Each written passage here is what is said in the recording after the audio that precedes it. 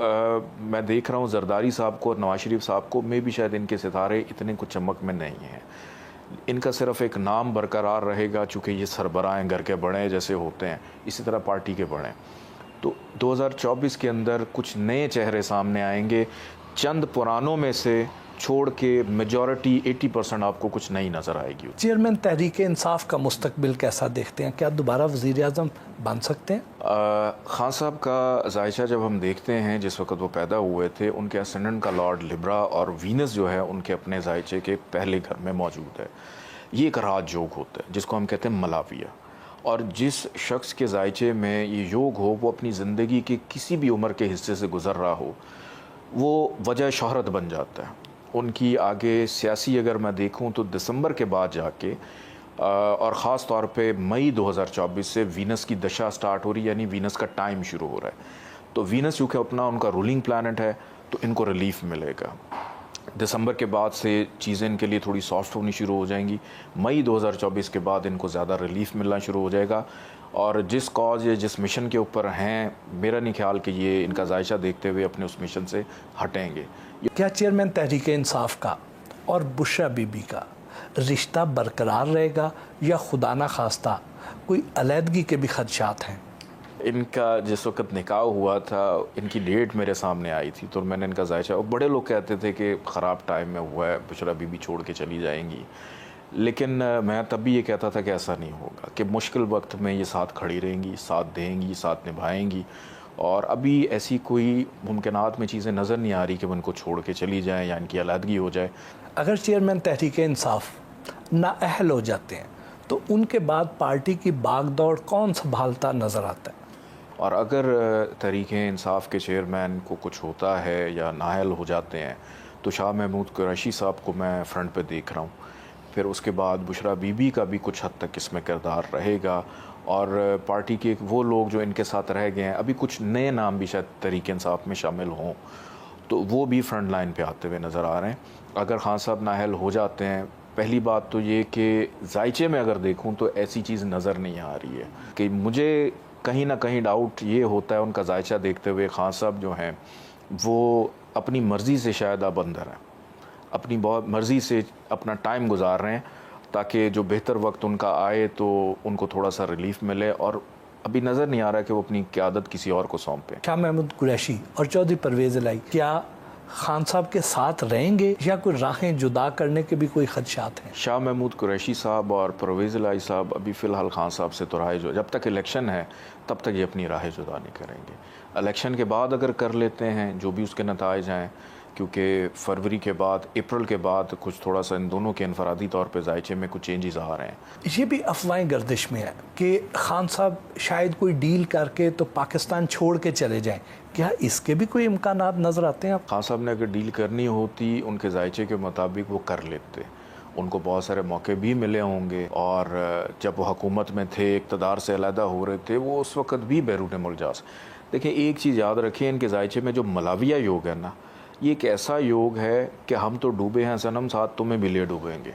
ये जब तक अपनी चीज़ों को मुकम्मल अपनी मर्ज़ी के मुताबिक नहीं कर लेते, तब तक ये सुकून का सांस नहीं लेते। ये सख्तियाँ बर्दाश्त कर लेंगे, ये मार कुटाई बर्दाश्त कर लेंगे, ये जुल्म बर्दाश्त कर लेंगे, और कर भी देंगे। ये भी सुनने में आता है कि खान साहब जो हैं ये पोशीदा उलूम में बड़ी दिलचस्पी रखते हैं, तो क्या उन्होंने कभी आपसे रब्ता किया? खान साहब पोशीदा उलूम में गुज़िश्ता चंद सालों से उनकी बड़ी दिलचस्पी पैदा हो गई, कि जब से वो सियासत में आए, उन्होंने हॉस्पिटल्स वगैरह पे, यूनिवर्सिटी, तो और फिर बुशरा बीबी के आने के बाद और ज़्यादा उनकी दिलचस्पी जो है वो बढ़ गई। और बहुत सारे इनडायरेक्टली, मैं कह सकता हूँ कि इनडायरेक्टली कुछ राब्ते होते हैं, सिर्फ खान साहब के नहीं, तमाम सियासी पार्टीज़ के होते हैं, कि इनडायरेक्टली पूछने के लिए कब कौन सा वक्त बेहतर है, कब इलेक्शन होने चाहिए, कब बुनियाद रखनी चाहिए, कब इब्तदा करनी चाहिए, कब होना चाहिए। सवाए नून लीग के ऑलमोस्ट सारी पार्टीज़ जो हैं वो इनडायरेक्टली किसी न किसी तरीके से पूछते रहते हैं। क्या नवाज शरीफ साहब चौथी बार वज़ीर आज़म बन सकते हैं? चौथी दफ़ा क्या, वो दोबारा वज़ीर आज़म बनते हुए नज़र नहीं आ रहे। उसकी वजह सबसे बड़ी आपको ये बता देता हूँ कि 14 अक्टूबर को लगा था सूरज ग्रहण, और 29 अक्टूबर को लगा था चांद ग्रहण। ग्रहणों के दरमियान में कोई भी इवेंट हो, इवन हज भी आ जाए, हाजियों को नुकसान पहुंचता। और 21 अक्टूबर को ये पाकिस्तान आगे अपनी रीलॉन्चिंग करने के लिए, और इतने ख़राब टाइम पे कि वो उस जलसे की हद तक तो ठीक है, चूँकि उनकी एक पार्टी की साख चलती हुई आ रही है, मुख्तलिफ शहरों से लोग गए उनके, लेकिन लॉन्चिंग उन्होंने उस टाइम पे कर दी जो ख़ात्मे का, ख़राब होने का और ख़त्म होने का टाइम था। क्या नून लीग पंजाब में अपनी हुकूमत बना पाएगी? पंजाब में नून लीग अपनी हुकूमत बिल्कुल बनाती हुई कुछ हद तक नज़र आ रही है, लेकिन इनका सबसे बड़ा जो कंपेटिटर है वो तहरीक इंसाफ है कि अगर इलेक्शन 8 फरवरी को फ्री एंड फेयर होते हैं तो फिर तो नून लीग की हुकूमत बनना बहुत मुश्किल है पंजाब में। लेकिन अगर ये फ्री एंड फेयर का जुमला आप निकाल दें तो फिर नून लीग को आप देखें एंजॉय करेंगे 5 साल। शहबाज शरीफ के सितारे क्या कहते हैं? मैं अपनी प्रेडिक्शन को इस अंदाज में लूँगा कि जब तक नवाज शरीफ साहब पाकिस्तान में मौजूद हैं तो शहबाज शरीफ साहब का वज़ीर आज़म बनना मुश्किल है। अगर नवाज शरीफ साहब के लिए तमाम वो रास्ते बंद हो जाते हैं जो उनको वज़ीर आज़म के दौड़ की तरफ लेके जाते हैं तो फिर तो मुश्किल है, अगर नहीं तो फिर शहबाज शरीफ साहब बन सकते हैं वज़ीर आज़म। क्या पार्टी की भागदौड़ जो है वो हमज़ा के हाथ में होगी या मरियम फ्रंट फुट पर आएंगी?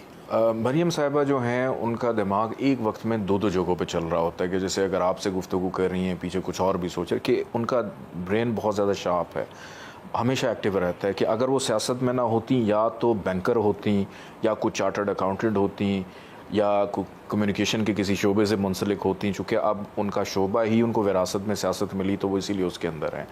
और लेकिन मून इनके जायचे में इतना ज़्यादा ख़राब है कि जो एक सियासतदान को ज़रूरत क्या होती है, आवाम की चाहत की, आवाम में पॉपुलैरिटी की, वो मरियम के जायचे में वीक है। मरियम नवाज़ और बिलावल भुट्टो जरदारी में से कौन पहले वज़ीर आज़म बनता नज़र आता है? बिलावल का जायचा ज़्यादा स्ट्रॉन्ग है। Bilawal by birth he is a Scorpio, और स्कॉर्पियो वाले लोगों के बारे में अक्सर लोगों का इबाम ये है कि ये लोग ना बड़े ख़तरनाक होते हैं।